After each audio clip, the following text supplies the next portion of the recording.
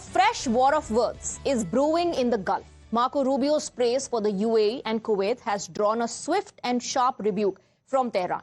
Iran's Foreign Minister Abbas Araghchi has warned that any hostile move against Iran will be met with an immediate response, signaling that the U.S. Iran standoff is far from over.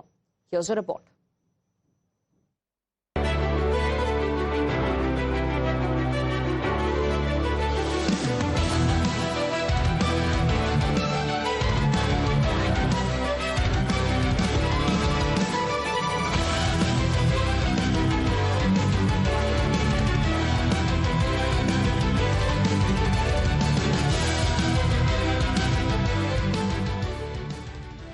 Hours after U.S. Secretary of State Marco Rubio praised the UAE and Kuwait for their cooperation with Washington against Iran, Tehran fired back. Iranian Foreign Minister Abbas Araghchi shared Rubio's remarks and issued a stark warning, declaring that any hostile act against Iran would be met with an immediate, decisive response. Our armed forces are conducting self-defense strikes on sites the U.S. is permitted to use to attack civilian shipping and violate the ceasefire.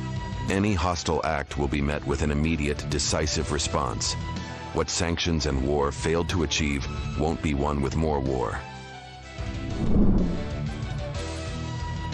The response came after Rubio singled out Gulf allies as key partners in confronting Iran, describing the UAE as very aggressively cooperative and Kuwait as fantastic. Those comments quickly drew Tehran's attention, turning a Senate hearing into a new flashpoint in the regional standoff. No, I think our allies in the region have been very cooperative, some obviously very aggressively cooperative, like the UAE as an example. Kuwait's been fantastic. Obviously, no country likes to have their oil and their energy infrastructure hit, but I think it's a reminder to them of the threat that Iran poses. And the one lesson when this is all said and done is it's reminded them of, despite all the friendly talk that you've seen in the past, how dangerous Iran is to their own interests, how the billions of dollars Iran has spent, despite sanctions, Iran found the money to build drones and rockets. The Iranian foreign minister coupled the threat with a broader message of defiance. What sanctions and war failed to achieve won't be won with more war, Araghchi said, arguing that years of economic pressure and military action have failed to alter Iran's course.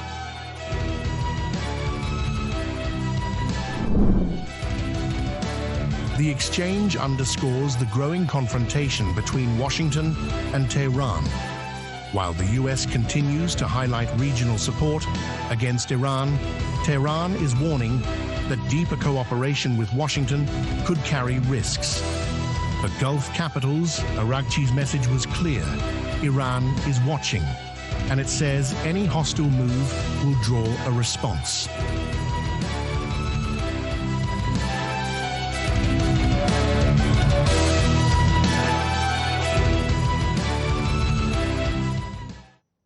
Moving on, North Korea is accelerating its nuclear push. North Korea's Supreme Leader Kim Jong-un has ordered an exponential expansion of the country's nuclear forces. The announcement comes as Pyongyang opens a new uranium production facility. Let's take a look at this report.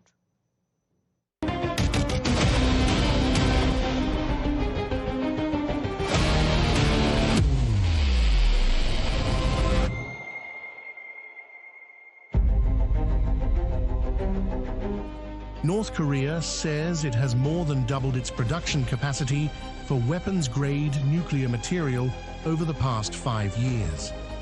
During a visit to a newly inaugurated nuclear material production facility, Kim Jong-un called for an exponential expansion of the country's nuclear forces.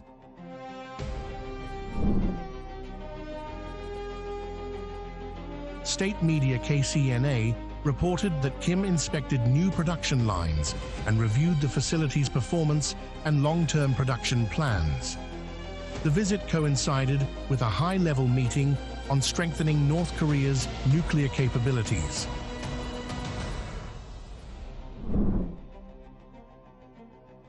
According to KCNA, Kim said weapons-grade nuclear material output has reached more than twice its previous level. He ordered officials to further increase production to meet the country's long-term strategic goals.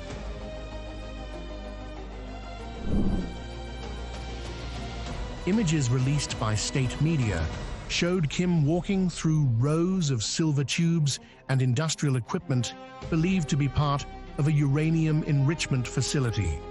North Korea did not disclose the plant's location, but described it as a newly operational nuclear material production factory.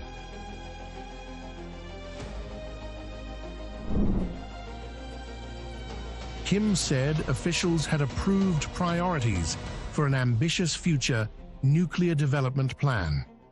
Calling it a major milestone, he said the country would continue strengthening its nuclear deterrent and expanding its atomic capabilities.